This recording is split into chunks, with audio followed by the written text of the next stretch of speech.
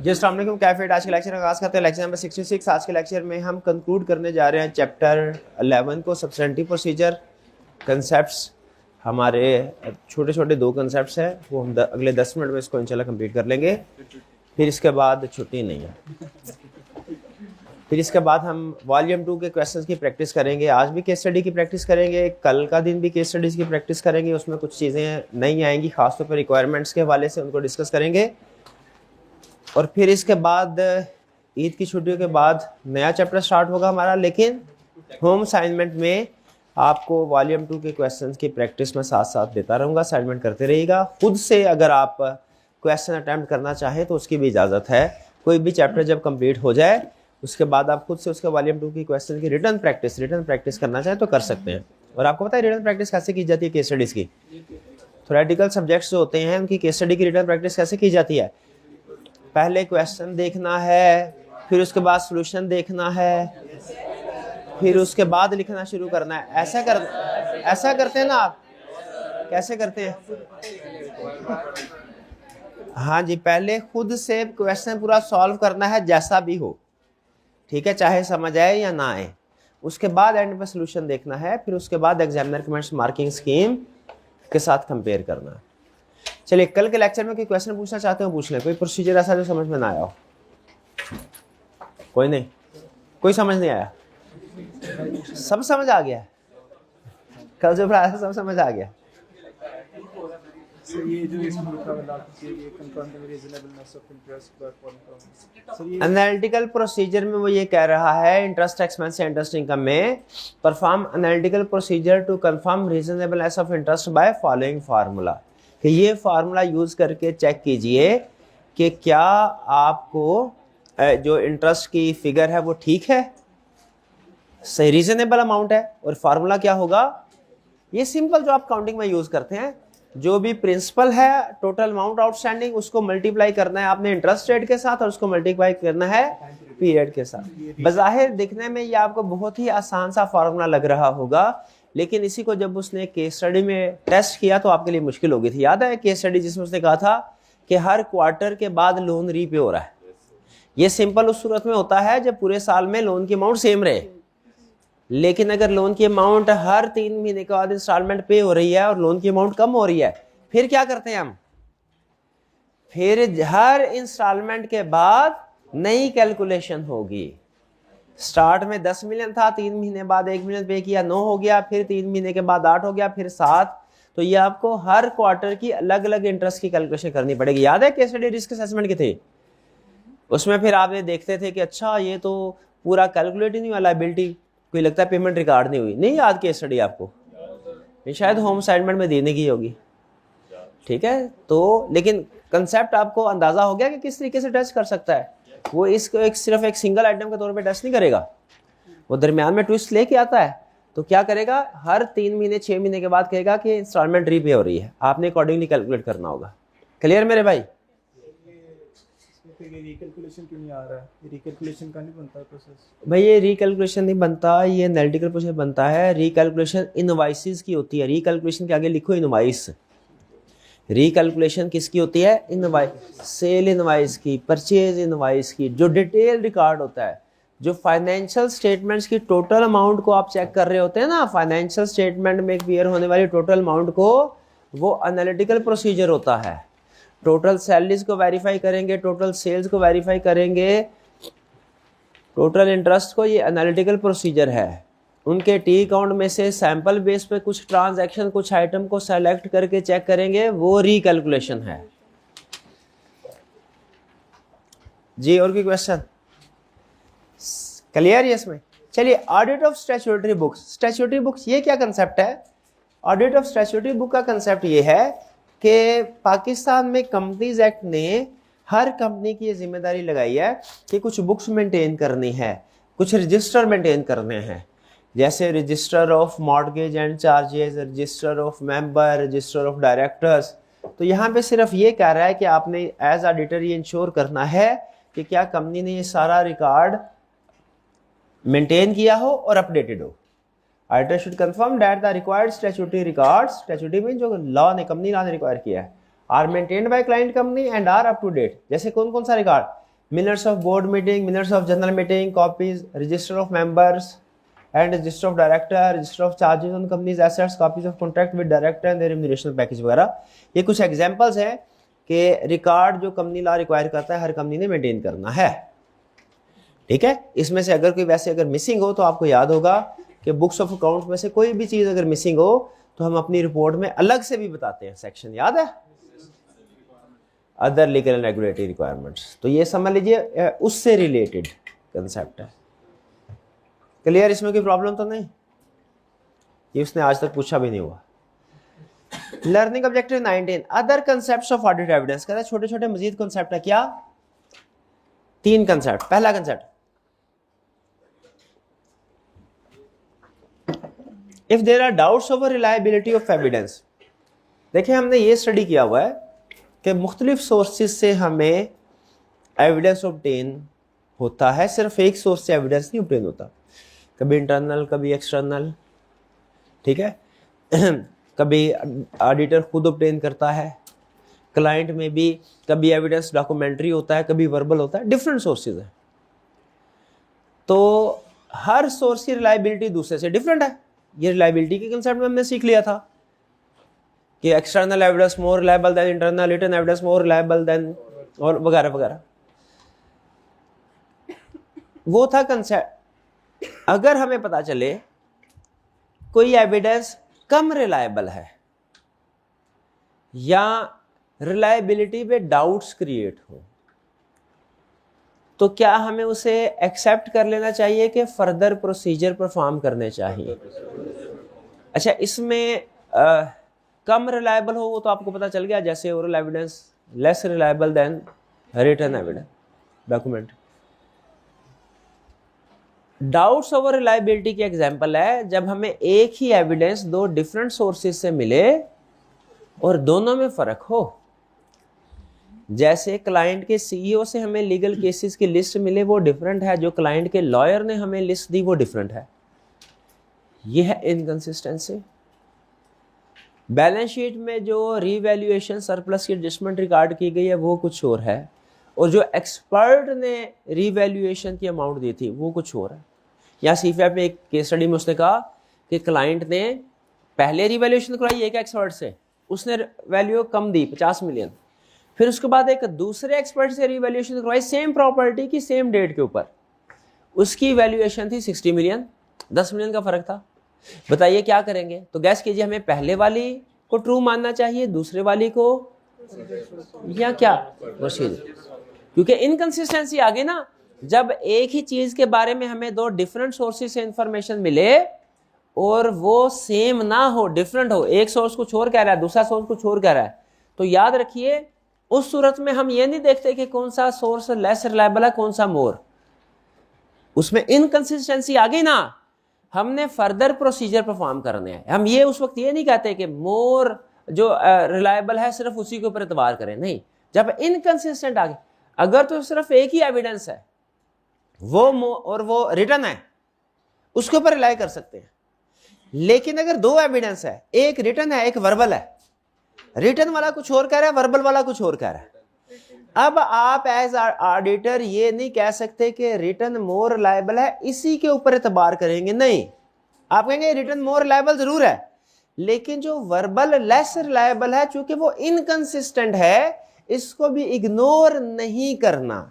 Inconsistent information चाहे छोटी सी क्यों ना हो उसे इग्नोर नहीं करना। जैसे अगर आप एज ऑडिटर बैठे काम करें, चुपके से क्लाइंट का कोई एम्प्लॉई आके आपको कहता है सर वो इन्वेंट्री डिपार्टमेंट में फ्रॉड हो रहा है, आप उसे क्या कहेंगे? नहीं मुझे ये लिख के दो। वो कभी भी लिख कर नहीं देगा, कहेगा सर मैं पकड़ा जाऊंगा, आप तो निकल जाएंगे, बाद में मेरी कंपनी वाले मेरे पीछे पड़ जाएंगे। तो मुमूमी तौर पर इस तरह की टिप्स हमें ज़बानी कलामी मिलती है।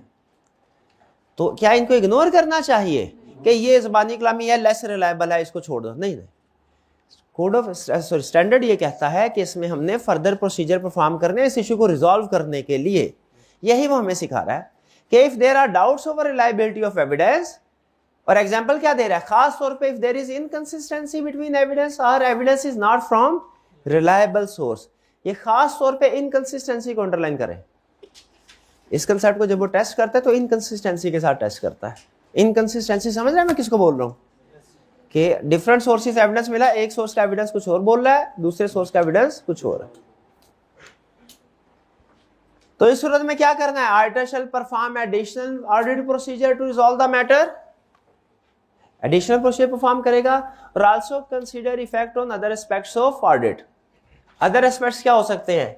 रिस्क, प्रोसीजर तो वैसे ऊपर हो गया, प्रोसीजर को लिखने की जरूरत नहीं थी क्योंकि प्रोसीजर उसने ऊपर बता दिया। रिस्क और विड्रॉल, यानी अगर एक्सट्रीम केस में हमें लगे कि इंटेग्रिटी पे भी डाउट क्रिएट हो रहा है, हमें गलत बातें बताई जा रही हैं, रिस्क ऑफ फ्रॉड ज्यादा है, तो आपका रिस्क तो बढ़ेगा ही बढ़ेगा, विड्रॉल भी कर सकते। ये कंसेप्ट देखे समझ आया कि एविडेंस ऑब्टेन करते हुए। अच्छा, ये कंसेप्ट इस चैप्टर में क्यों है भला? क्योंकि आप डिफरेंट सोर्सेज से जब प्रोसीजर परफॉर्म करते हो, एविडेंस ऑब्टेन करेंगे, तो मे भी कोई एक सोर्स आपको कुछ और इंफॉर्मेशन दे रहा हो, दूसरे सोर्स में कुछ और इंफॉर्मेशन हो। ऐसी सिचुएशन में आपका ये कंसेप्ट एक्टिवेट हो जाएगा। एग्जाम्पल मैंने आपको दे दी, लीगल केसेस का फर्क आ सकता है, वैल्यूएशन रिपोर्ट का फर्क आ सकता है। Next, if information produced by entity is used by auditor, क्या ऑडिटर एंटिटी की प्रोड्यूस की हुई इंफॉर्मेशन को यूज करता है? वो कहता है अगर यूज करे तो ऑडिटर वैल्यूएट करेगा whether it's reliable bye checking it's accuracy and complete. Accuracy and completeness को अंडरलाइन करें।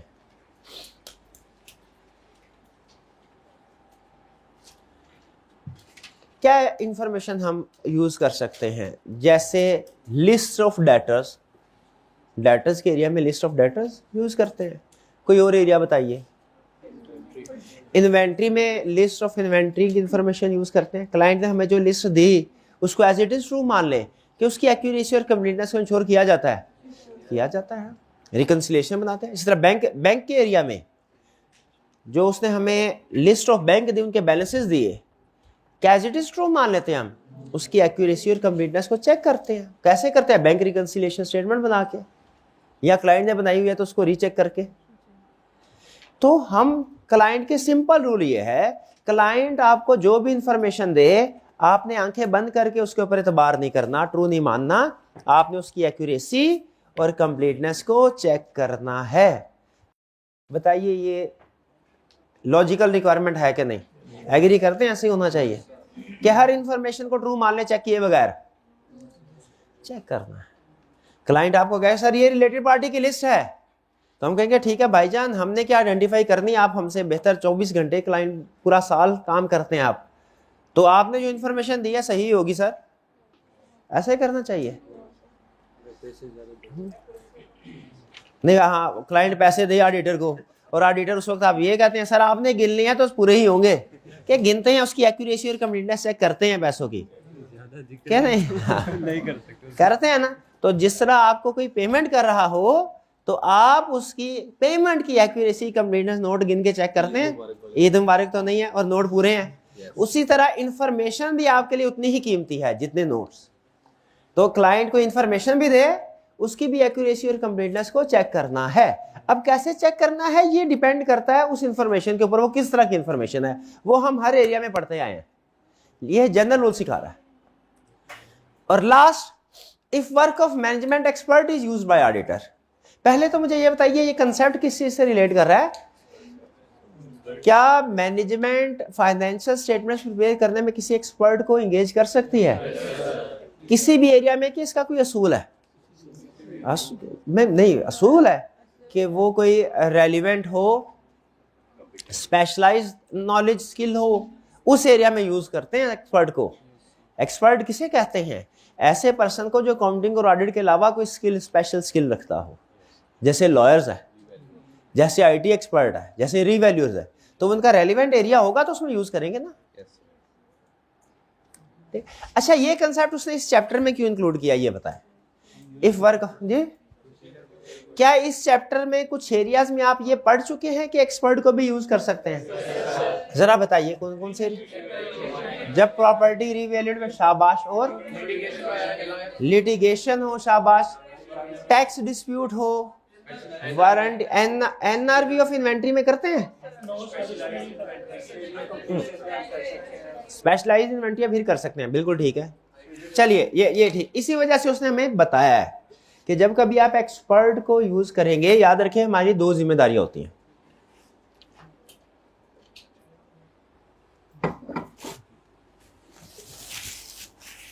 जब कभी एक्सपर्ट का वर्क मैनेजमेंट ने यूज किया होता है, हमारी दो पहली रिस्पॉन्सिबिलिटी एक्सपर्ट को चेक करना है, दूसरी रिस्पॉन्सिबिलिटी उसके काम को चेक करना है। दो रिस्पॉन्सिबिलिटीज क्या है दोनों को? या आपके ख्याल में सिर्फ एक्सपर्ट को चेक कर लेना काफी है, या सिर्फ उसके काम को चेक कर लेना काफी है? दोनों को चेक करना। ठीक है जी। अच्छा, एक्सपर्ट को चेक करने के लिए उसने प्रोसीजर यहां पे वो भी बताए हुए हैं,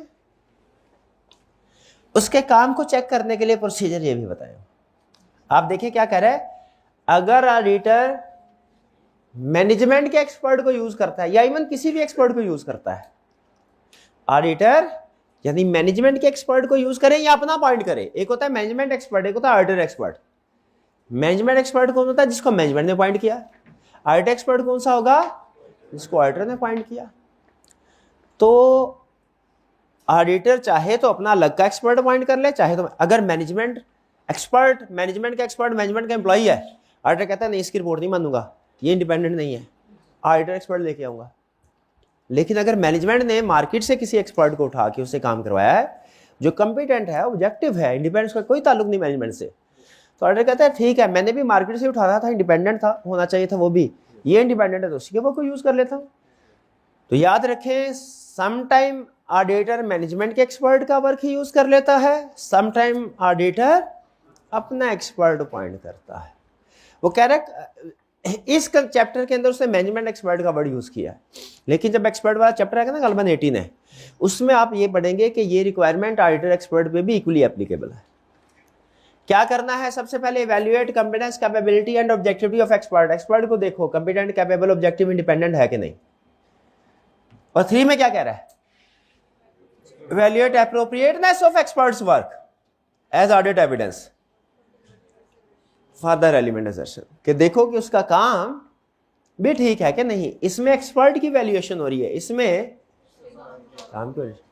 ये स्टेप ऑडिटर के लिए है, obtain understanding of work of expert, उसके काम को चेक करे किस तरह काम करता है, ताकि ये इसलिए ताकि थर्ड वाली रिस्पॉन्सिबिलिटी पूरी हो सके। क्योंकि एक्सपर्ट की फील्ड अकाउंटिंग और ऑडिट से हटके होती है ना, तो हम अगर किसी ऐसी फील्ड में चेक करना चाहते हैं काम ठीक हुआ कि नहीं, हमें उसकी अंडरस्टैंडिंग लेनी पड़ेगी पहले, फिर ही चेक करेंगे ना।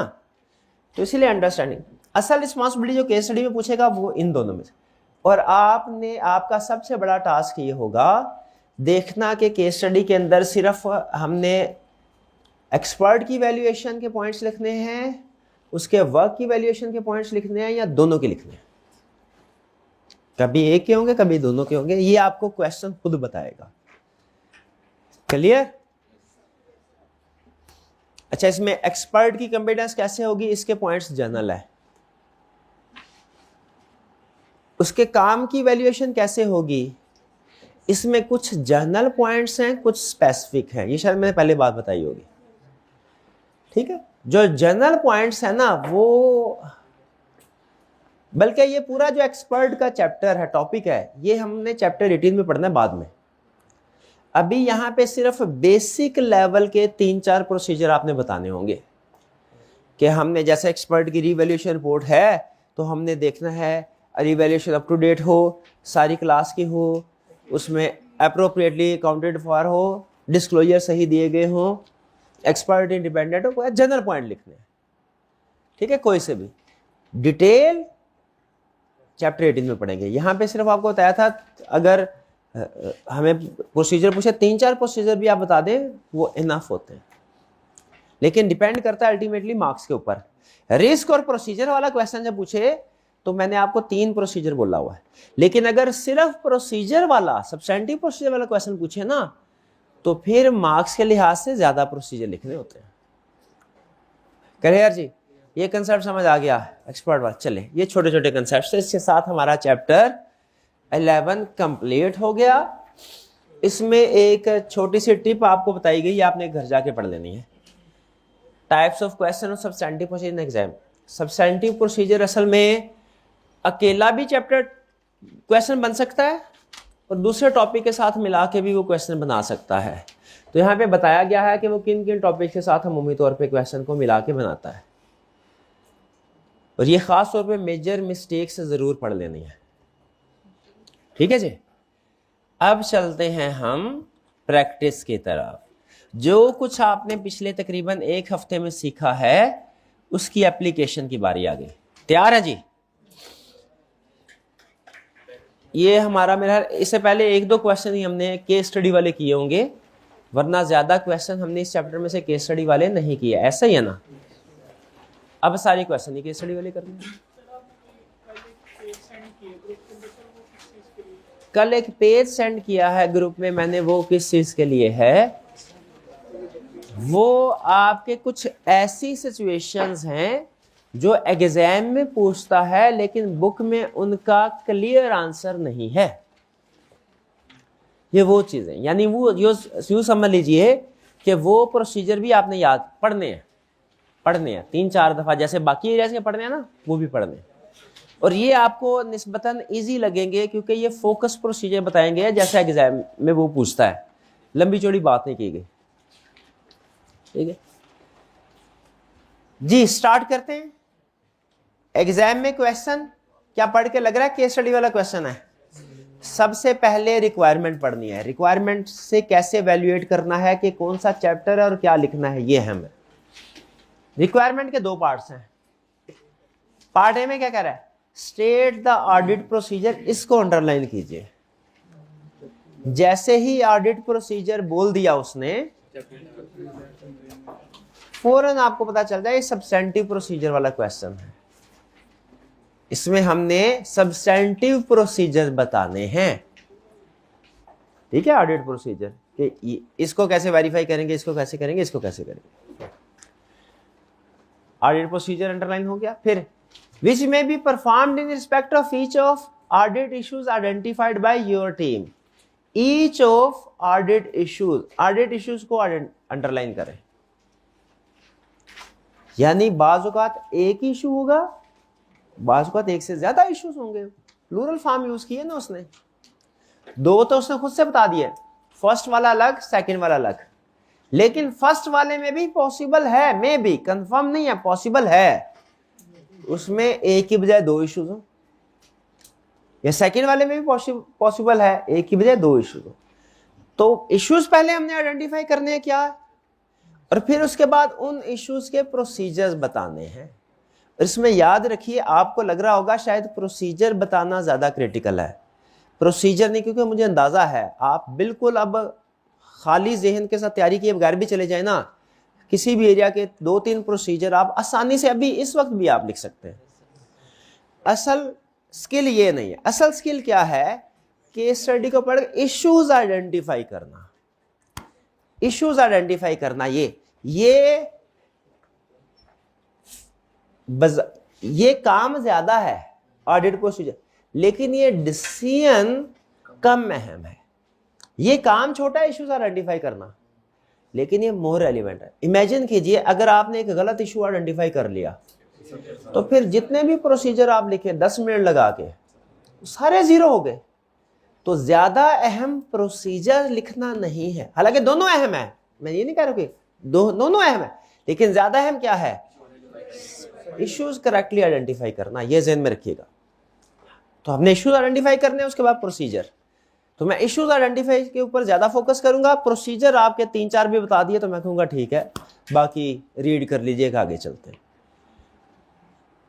फिर इसके बाद अभी क्वेश्चन खत्म नहीं हुआ, फिर क्या कह रहा है? Also briefly discuss implication of these issues on the audit report. Chapter 4 का क्वेश्चन।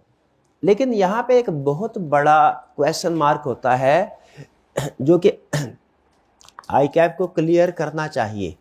दूसरी examination bodies, international examination body clear करती है, अमूमन आईकैप नहीं करता। वो ये कि मुझे इंपैक्ट ऑन रिपोर्ट किस सिचुएशन में बताना है। अगर वो इशू रिजॉल्व हो जाए उस वक्त का बताना है, या इशू रिजॉल्व ना हो उस वक्त का बताना है। हाँ, तो यहाँ पे सेफर अजम्पशन ये है कि आप इफ करके दोनों पॉसिबिलिटीज डिस्कस कर दें, क्योंकि उसने मेंशन नहीं किया। लेकिन इसमें बाज़ औक़ात ऐसा होता है क्वेश्चन लेंथी हो जाता है, तो बेहतर है इफ करके दोनों ऑप्शन डिस्कस कर देंगे, सेफर अजम्पशन है। किसी वजह से अगर आपने एक चीज को डिस्कस करना हो तो याद रखें नेगेटिव को प्रेफर कीजिएगा, लेकिन ज्यादा बेहतर क्या है इफ करके दोनों डिस्कस करें। तो जब आप सॉल्यूशन देखेंगे ना, एक प्रॉब्लम मैंने आपको पहले बता दी हुई है, एक आज बताता हूं अभी। जब आप हमारा सॉल्यूशन देखेंगे, इसमें कुछ एरियाज में प्रोसीजर सिर्फ कीवर्ड्स लिखे गए हैं, यानी छोटा 3-4 अल्फाज में प्रोसीजर, कंफर्मेशन लेटर सेंड करो बस, अपॉइंट करो एक्सपर्ट को बस, minutes of the meeting check करो बस। वो सिर्फ आपको हिंट देने के लिए कि प्रोसीजर क्या होगा। आपने एग्जाम में जब कभी प्रोसीजर लिखना है कंप्लीट सेंटेंस फॉर्म में लिखना है, क्योंकि वो चीज़ें चूंकि वॉल्यूम 1 में इंक्लूड हो गई हुई है ना, तो वैसे तो असूली तौर पे हक यही बनता था कि पूरे का पूरा प्रोसीजर वॉल्यूम 2 में लिखा जाता, लेकिन फिर मैंने सोचा प्रोसीजर इतने ज़्यादा पूरे के पूरे लिखे ना, तो चूंकि वॉल्यूम 1 में ऑलरेडी लिखे जा चुके हैं, तो वो सारे दोबारा वॉल्यूम 2 में एक तो रिपीट हो रहे होंगे, वॉल्यूम 2 की लेंथ बढ़ जाएगी, तो मैंने फिर उसको छोटा ही रखा। लेकिन याद रखें प्रोसीजर वही होंगे, आपने एग्जाम में जब उनको लिखना है तो कंप्लीट सेंटेंस फॉर्म में लिखना है। एक इस चीज़ का ध्यान रखना है। और दूसरा, कभी कभी ऐसा होगा आप कहेंगे सर ये देखे उसने इम्प्लीकेशन रिपोर्ट पूछी है, आपने सिर्फ एक चीज के बारे में ही बताया है, हालांकि इफ करके दोनों के बारे में बताना चाहिए था। तो ऐसी सिचुएशन में आपके लिए प्रेफरेबल यही है दोनों ऑप्शन डिस्कस करें। मैंने शायद मार्क्स को ध्यान में रखते हुए कोई एक ऑप्शन डिस्कस की होगी, लेकिन बेहतर अगर आपके पास टाइम हो दोनों, बल्कि उससे भी बेहतर तो यह है कि आई कैप स्पेसिफाई कर दे, कभी कभी कर भी देता होता है लेकिन अक्सर नहीं करता। सबसे बेहतर तो आई कैप स्पेसिफाई कर दे कि भाई मुझे हमें एक में बताना है या दोनों में, और अगर दोनों में बताना है तो मार्क्स थोड़े ज्यादा कर दे, लेकिन नहीं तो सेफर अजम्पशन क्या होगी, इस तरह का क्वेश्चन आ गया तो आप इंपैक्ट ऑन रिपोर्ट दोनों ऑप्शन में बताएंगे कि अगर इशू रिजॉल्व हो जाए तो क्या होगा, इशू रिजॉल्व नहीं होता तो इंपैक्ट ऑन रिपोर्ट क्या होगा। अच्छा एक और चीज बताइए, यहां पे इम्प्लीकेशन ऑन रिपोर्ट को अंडरलाइन किया है, फिर कह रहा है ड्राफ्ट एंड ओपिनियन पैराग्राफ, इसको भी अंडरलाइन कर ले पार्ट बी में। Draft and opinion paragraph, implication on report में और ड्राफ्ट एंड ओपिनियन पैराग्राफ में क्या फर्क है। इम्प्लीकेशन और रिपोर्ट का मतलब है आपने सिर्फ इतना बताना है क्वालिफाइड ओपिनियन आएगा, उसको लिखना नहीं है कि ये अल्फाज होंगे क्वालिफाइड ओपिनियन में, इतना बताना है कि ऑर्डर मैटर आएगा, उसके अल्फाज नहीं लिखने के ये प्रेजेंटेशन होगी, इतना बताना है एमसीक्यू मैटर आएगा, उसको पूरा ड्राफ्ट या उसमें क्या इंफॉर्मेशन आएगी ये बता दें, पूरा ड्राफ्ट नहीं करना। ड्राफ्ट का मतलब क्या होता है, as it is standardised wording के साथ लिख के देना, लिख के देना, ठीक है, ठीक है। यानी यूं कह लीजिए, ये इधर इधर इस अंडरलाइन कर लिया, इसके साथ लिखे हाथी, हेलिफा हाथी, हेलिफा ते है ते तख्ती वाले लिखे हाथी, शाबाश शाबाश शाबाश। और यार जल्दी कर, है कोई भी लगा है हाथी वाली है, कोई भी लिख लो, है वो वाली डंडी क्या बोलते हैं उसको, है हुक्के वाली नहीं, जल्दी टाइम जाया ना करे, जल्दी का जुम्मा है आज।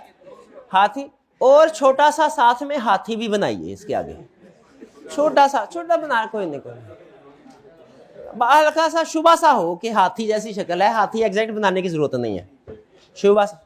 तो जो आपने हेलिफा थे छोटी है थी हाथी लिखा है ना, ये है इंपैक्ट ऑन रिपोर्ट।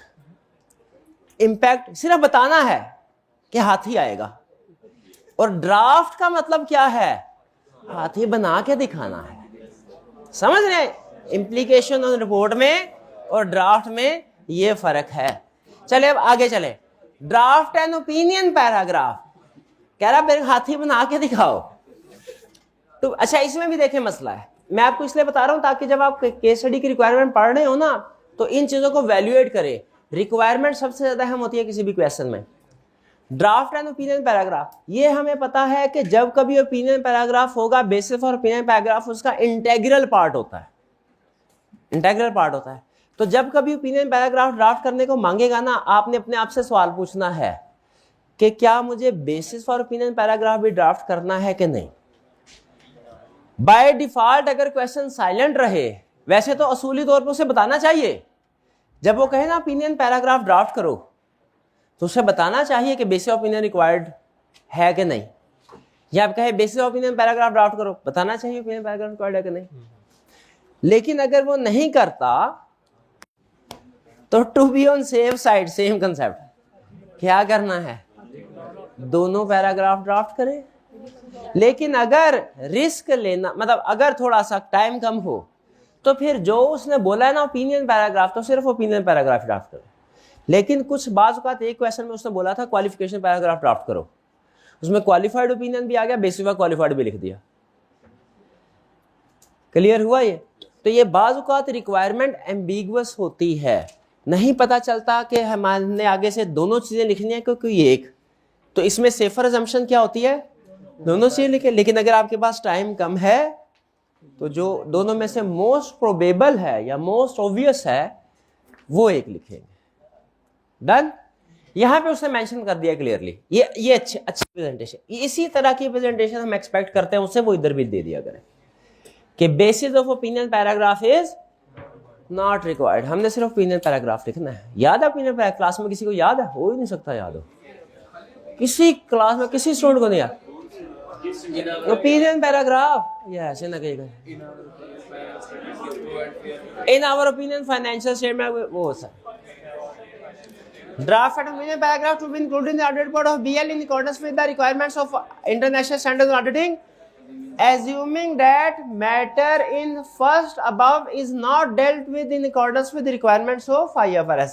कह रहे पहले वाले केस में मुझे बना के दो, दूसरे वाले में ना बना के देना, और पहले वाले केस में भी मुझे अनमोडिफाइड ओपिनियन नहीं चाहिए।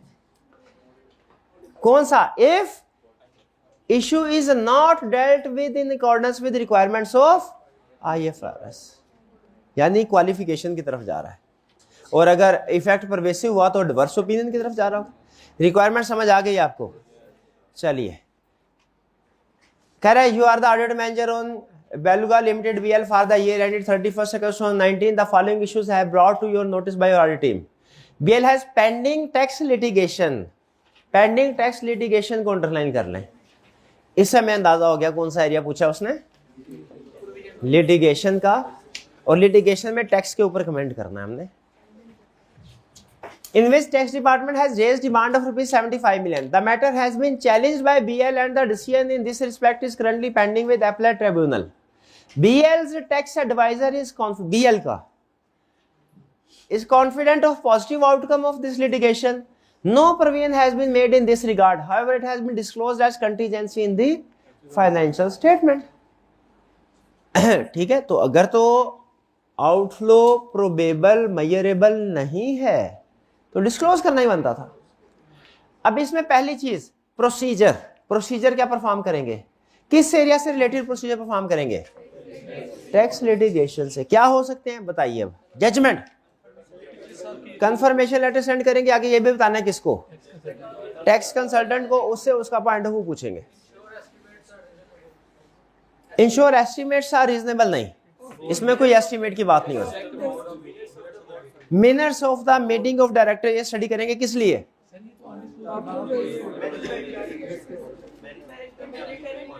हाँ, ताकि पता चले मैनेजमेंट का पॉइंट ऑफ व्यू क्या है, मैनेजमेंट की रिप्रेजेंटेशन ऑब्टेन करेंगे। और after the year outcome of the case valuate करेंगे, शाबाश। और प्रेसिडेंट देखेंगे प्रीवियस ईयर कि इस तरह के केसेस में मूवी तौर पे क्या फैसला होता है। और कॉरेस्पॉन्डेंस विद टैक्स अथॉरिटीज देखेंगे, ये शाबाश, ये भी अच्छा प्रोसीजर है कि उन्होंने किस बेस के ऊपर क्लेम पैसे मांगे हैं। केस के सारे डॉक्यूमेंट्स वो कॉरेस्पॉन्डेंस में आ गए। क्या अपने टैक्स एडवाइजर से कंसल्ट करने की कंसल्ट करना, डिस्कस करना चाहिए, वो भी कर सकते हैं। और इंश्योर करना है कि डिस्क्लोजर एप्रोप्रिएट हो, कंप्लीट हो। ये सारे प्रोसीजर आप लिख सकते हैं इसमें। क्लियर, रेलिवेंट है सारे। फिर जी जी ये जो रिव्यू बोर्ड ऑफ मीटिंग्स है ये तो सर अनडिस्क्लोज में नहीं आएगा? नहीं, रिव्यू देखें, बोर्ड ऑफ डायरेक्टर कोई भी सिग्निफिकेंट मैटर हो ना, मसला, वो बोर्ड ऑफ डायरेक्टर की मीटिंग में डिस्कस होता है, उसके मिनट्स को हमें देखना चाहिए, उससे हमें कंप्लीट इन्फॉर्मेशन मिल जाती है और पता चलता है बोर्ड ऑफ डायरेक्टर क्या चाह रहे हैं, इस इशू को आउट ऑफ कोर्ट सेटलमेंट करनी है इसकी, या कि इसको कोर्ट के अंदर अब मजीद चलाना है। बोर्ड ऑफ डायरेक्टर का पॉइंट ऑफ व्यू पता चल जाता है, क्योंकि बाज़ वक़्त ऐसे होता है कि वो ऑडिटर को शायद वो इन्फॉर्मेशन कंप्लीट ना दी हो, लेकिन डायरेक्टर को तो कंप्लीट इन्फॉर्मेशन दी जाएगी ना, डायरेक्टर ने तो फैसला करना है।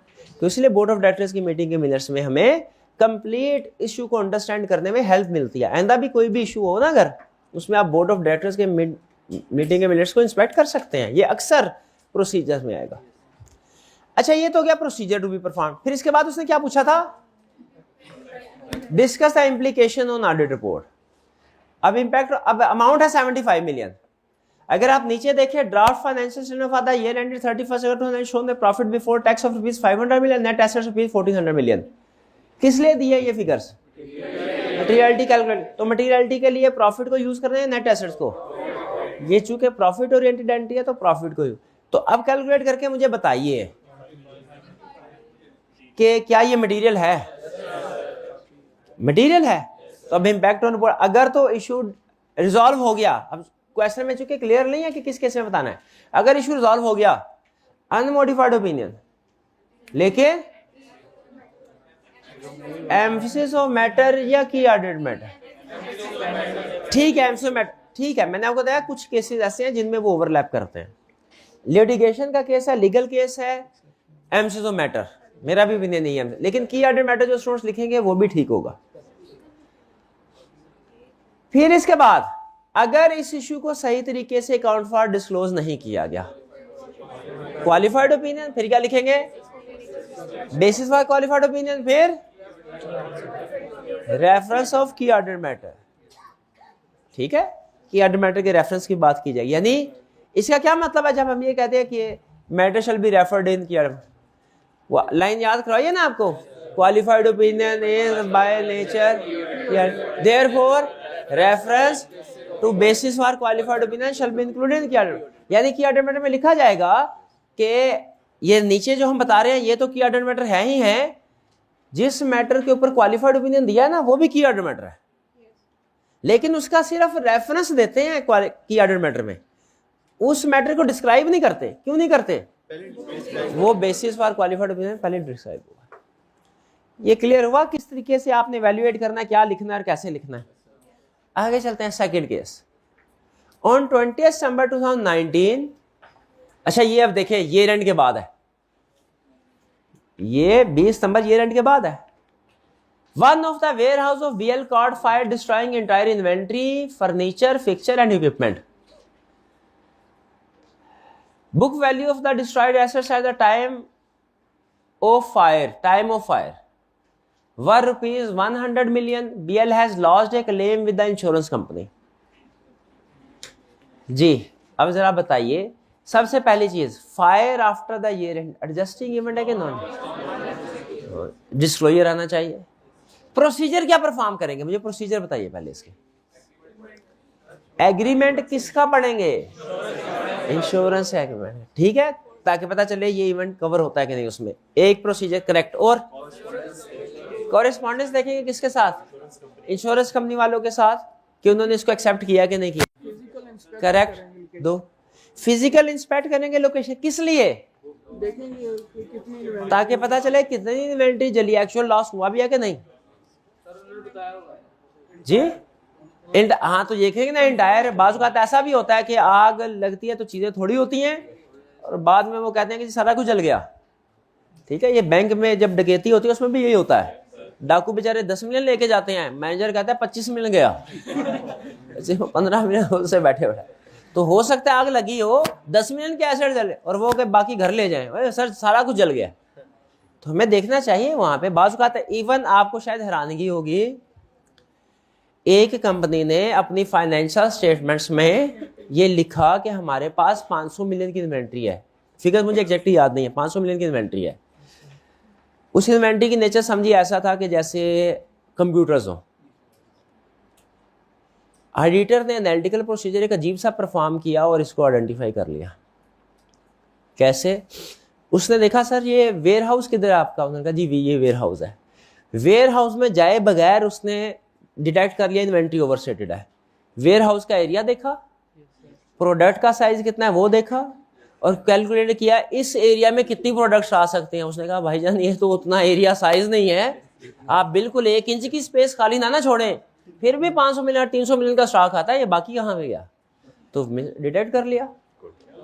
एक और मुझे केस याद आ गया एयरलाइन इंडस्ट्री का। एयरलाइन ने रेवेन्यू रिकॉर्ड किया, वहां पे भी देखिए एनालिटिकल प्रोसीजर बेसिक लेवल के आपको सिखाए जाते हैं, लेकिन एग्जैक्टली क्या परफॉर्म करना है ये इंडस्ट्री टू इंडस्ट्री वेरी करता है।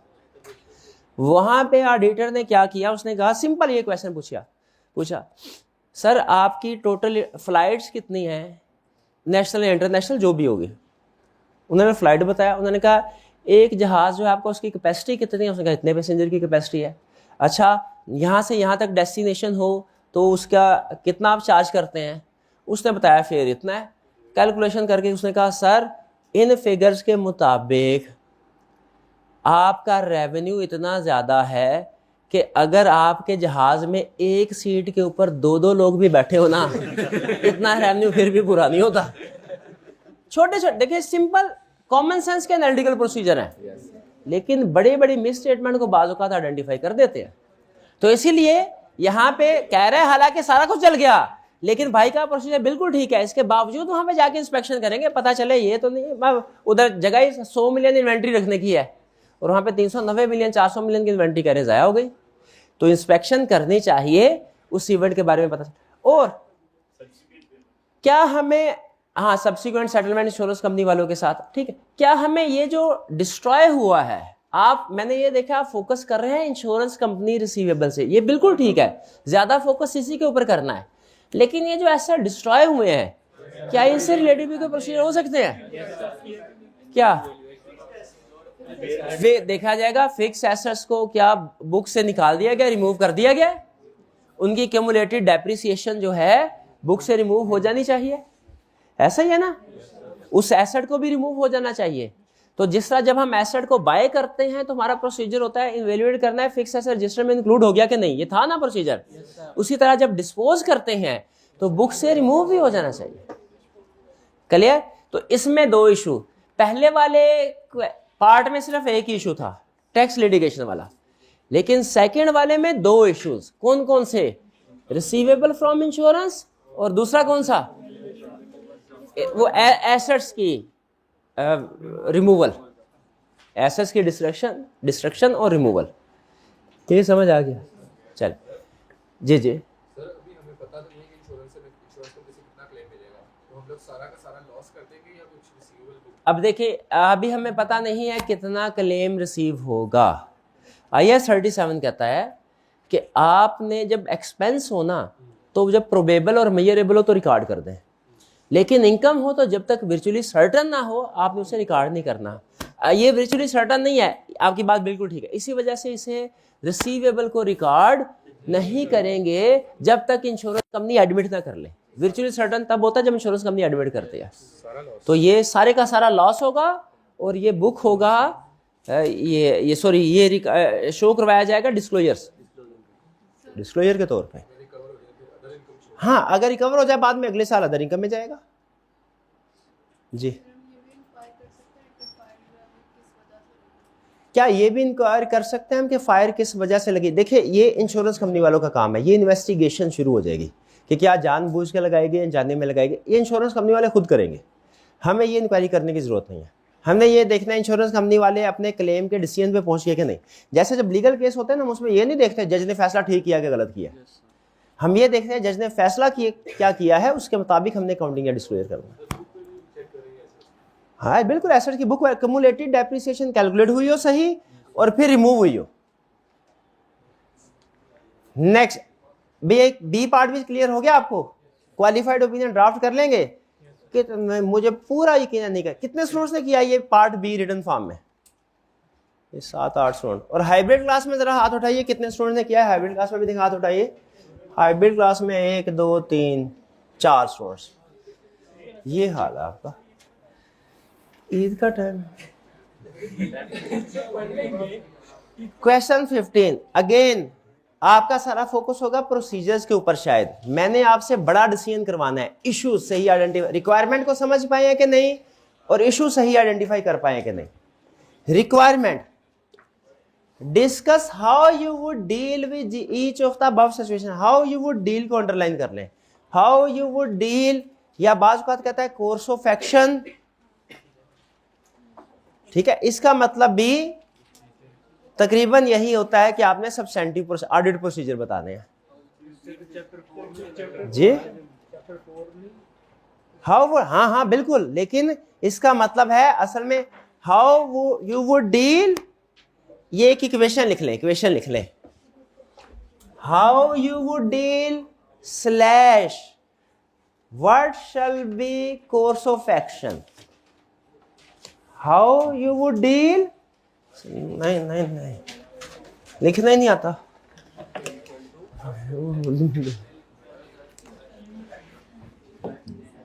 हाउ यू वुड डील, ये लिखा हो या लिखा हो what shall be auditors course of action. Deal का लफ्ज अहम है, डील ये मैं सही तरह लिख देता हूं, वैसे ऐसा नहीं लिख सकता मैं, और कोर्स ऑफ एक्शन। इसका मतलब होता है, गौर से सुन ले भाई, भूलना जाए मुझे बात, audit procedures plus impact on report दोनों बताने हैं। Audit procedures plus impact on report दोनों बताने। ये शायद मैं चैप्टर 4 में आपको बताया था, मुझे लग रहा हाउ यू, ठीक है। पिछले वाले क्वेश्चन में उसने सिर्फ प्रोसीजर पूछे थे, इंपैक्ट ऑन रिपोर्ट अलग पूछा था, क्लियर हो गया था। यहां पे देखिए क्या कह रहा है, how you would deal with each of the above. अच्छा, यहां पे भी गुड न्यूज, उसने इंपैक्ट ऑन रिपोर्ट अलग से पूछ लिया। लेकिन अगर ना भी पूछा ना, याद रखे हाउ यू वुड डील में इम्प्लिसिट है, इम्प्लॉयड है, इंपैक्ट ऑन रिपोर्ट लिखना है, ठीक है। अच्छा, फिर उसने हमें क्लैरिफाई कर दिया, जो अमूमी तौर पे करता नहीं होता, वैसे यहां पे करने की जरूरत भी नहीं थी। कह रहा drafting of audit opinion is not required. Drafting of audit opinion यानी कह रहा है मुझे सिर्फ इंपैक्ट ऑन रिपोर्ट बता दो, उसे ड्राफ्ट करने की जरूरत नहीं। हमने कहा ठीक है, ना भी कहते तो हम यही करते, क्योंकि इंपैक्ट ऑन रिपोर्ट का मतलब यही होता है, ठीक। लेकिन उसने क्लैरिफाई कर दिया, बड़ी मेहरबानी उसकी। समझ आ गया क्या, इंपैक्ट ऑन रिपोर्ट भी और प्रोसीजर्स भी दोनों लिखने हैं, दो हेडिंग होगी। पहला केस कह रहा artificial technologies limited ATL has recognised an intangible asset. You are the audit partner BLC company chartered accountants, the following matters are under your consideration. Introductory information. पहला, artificial technology limited has recognised को underline करें, an intangible asset of rupees 100 million in respect of development cost. Development cost को underline करें, relating to software in which ATL expects to market in future। किस area की तरफ लेके गया, intangible. Intangible में भी किसके तरफ, डेवलपमेंट कॉस्ट की तरफ। और development cost during the year recognise हुई है कि पिछले सालों में रिकॉग्नाइज हो चुकी थी, ड्यूरिंग द ईयर। इसका मतलब है डेवलपमेंट कॉस्ट के जो इनकर हुई है कॉस्ट, उसकी वेरिफिकेशन के प्रोसीजर भी लिखने हैं, जो डेवलपमेंट कॉस्ट रिकॉर्ड हुई है। लेकिन आगे मजीद बता रहा है क्या, market research conducted by ATL indicates a promising demand for such software. तो अच्छा, रिकॉग्निशन क्राइटेरिया पूरा हो रहा है। However, the expected cost required to complete the software has increased significantly and ATL require further rupees 50 million to complete the project। मजीद 50 million चाहिए, cost बढ़ गई है। Since ATL has already utilized its existing credit limit on other project, it is facing difficulty in raising finance for the above software। Profit है 270 million. पहला बताइए profit क्यों दिया उसने, रियलिटी कैलकुलेट करने के लिए, ताकि देखने में मटेरियल सिग्निफिकेंट है। एक नंबर तो हमें चले इसका मिल गया। दूसरा मुझे बताइए, इसमें एक इशू है कि दो इशू, एक इशू तो है कि जो डेवलपमेंट कॉस्ट इनकर हुई है ना उसकी वेरिफिकेशन, मटेरियल इनवाइसेस के साथ, लेबर टाइम शीट के साथ। दूसरा, क्राइटेरिया पे डाउट क्रिएट हो गया, मजीद फाइनेंस अवेलेबल नहीं है। अब इसका मतलब क्या हुआ, अगर फाइनेंस मजीद अवेलेबल नहीं है, प्रोजेक्ट खत्म करना पड़ेगा, जीरो। ऐसा ही है। हमारे प्रोसीजर अब किस चीज के ऊपर फोकस कर रहे होंगे? क्या क्लाइंट 550 मिलियन फर्दर अरेंज कर पाएगा कि नहीं, ये प्रोसीजर हमने बताने हैं। दो प्रोसीजर, एक डेवलपमेंट कॉस्ट जितना कैपिटलाइज किया वो ठीक किया कि नहीं, उसकी वेरिफिकेशन के, एक्सपेंडिचर की वेरिफिकेशन के प्रोसीजर, और दूसरा 50 मिलियन अरेंज कर पाते हैं, क्योंकि अगर अरेंज कर पाए तो फिर क्राइटेरिया मीट होगा, कैपिटलाइज करते रहे, और अगर नहीं कर पाए तो एक्सपेंस। अब बताइए कैसे आप कंफर्म करेंगे 50 मिलियन है कि नहीं? मैनेजमेंट से डिस्कस करेंगे क्या प्लान है, कोई अल्टरनेट सोर्स है। जो अल्टरनेट सोर्स हुआ, जैसे किसी बैंक के साथ हो सकता है निगोशिएशन हो रही हो, उसकी कॉरेस्पॉन्डेंस देखेंगे, या अगर किसी शेयर होल्डर ने कमिट किया मैं शेयर खरीद लेता हूं, उसकी कमिटमेंट देखेंगे, उसने रिटर्न फॉर्म में कमिटमेंट दी है कि नहीं। ठीक है, minutes of the meeting read करेंगे, किस लिए? पर्पस भी लिखे। देखिए हर एरिया में आपने सिर्फ ये नहीं लिखना minutes of the meeting read करना है, पर्पस लिखना है कि डायरेक्टर का आगे कोर्स ऑफ एक्शन क्या होगा, अल्टरनेट फाइनेंसिंग अरेंजमेंट क्या है। बिल्कुल ठीक है, ये कंप्लीट हुआ प्रोसीजर। ठीक है जी। इसके बाद अगर कोई लोन एग्रीमेंट हुआ है या निगोशिएशन चल रही है, उनकी कॉरेस्पॉन्डेंस देख लेंगे। अगर प्रोसीजर परफॉर्म करने के बाद पता चलता है कि अरेंजमेंट हो गई, फिर क्या करें? फिर अनमोडिफाइड ओपिनियन और की ऑर्डर मैटर, ऐसा ही है ना, इसके ऊपर की ऑर्डर मैटर आना चाहिए ना, सेल्फ कंस्ट्रक्ट, ये कंस्ट्रक्ट किया है। और अगर पता चले कि फाइनेंस अरेंज नहीं कर सकते तो फिर इसको राइट ऑफ करना चाहिए। राइट ऑफ नहीं करते तो मिस स्टेटमेंट है, qualified opinion, basis for qualified opinion, की ऑर्डर मैटर रेफरेंस। भाई बात समझ आई? इस केस स्टडी में कितने इश्यूज हैं, कौन कौन से? रिकॉग्निशन ऑफ डेवलपमेंट कॉस्ट और फाइनेंस इशू, जिसकी वजह से उसका क्राइटेरिया पे डाउट क्रिएट हो रहा है। रिकॉग्निशन क्राइटेरिया मेट नहीं हो रहा, एक्सपेंडिचर। अच्छा, सेकंड, आप प्रोसीजर, आप दो इश्यूज है ना, दोनों के 3-3 लिख दे, मोर देन इनफ है प्रोसीजर। 3 का आपने का मिनिमम क्राइटेरिया रखना है। RL is involved in the manufacture and supply of beverages through Pakistan through its plants situated in Lahore. During the year, a fire occurred at RL's plant due to which, during the year, after the year नहीं, पिछली आग fire after the year थी, वो non adjusting, due to which a significant portion of the plant has been destroyed. एक ही plant था क्या multiple plant थे? एक ही प्लांट था, वो भी डिस्ट्रॉय हो गया। अब क्या recorded insurance claim amounting to ₹400 million. The written down value of the plant at time of fire was 390 million. RL is negotiating the purchase of another plant and order is expected to be placed soon after receiving the insurance claim. RL's draft financial statement show profit before tax of ₹300. ये क्यों बताया? Materiality के लिए। इसमें कितने issues हैं? ए insurance वाला तो आ गया, इंश्योरेंस रिसीवेबल वाला। दूसरा इशू क्या है? दूसरा इशू इस प्लांट की डिस्पोजल का है कि क्या इसको राइट ऑफ कर दिया गया, जैसे पिछले वाले क्वेश्चन में हमने देखे थे। ठीक है जी। एक तीसरा इशू भी रेलिवेंट हो सकता है, गोइंग कंसर्न। एक ही प्लांट है, वो ही डिस्ट्रॉय हो गया। अगर इंश्योरेंस क्लेम एक्सेप्ट नहीं होता, गोइंग कंसर्न पे डाउट क्रिएट हो जाएगा, तो आप गोइंग कंसर्न का भी लिख सकते हैं। इसमें 3 इश्यूज क्लियर। तो ये आपने इवेल्युएट करना है क्वेश्चन के अंदर कितने। प्रोसीजर इंश्योरेंस वाले लिख देंगे ना, फिक्स हैश का भी लिख देंगे। ये तकरीबन वही प्रोसीजर जो हम पिछले क्वेश्चन में हमने किया है। फर्क सिर्फ यह है कि ये during the year event occur हुआ है, वो आफ्टर द ईयर हुआ था। उसको हमने सिर्फ कहा था डिस्क्लोज करना है, इसको हम कहेंगे कि जी इसका डिस्पोजल को रिकॉर्ड भी किया जाए।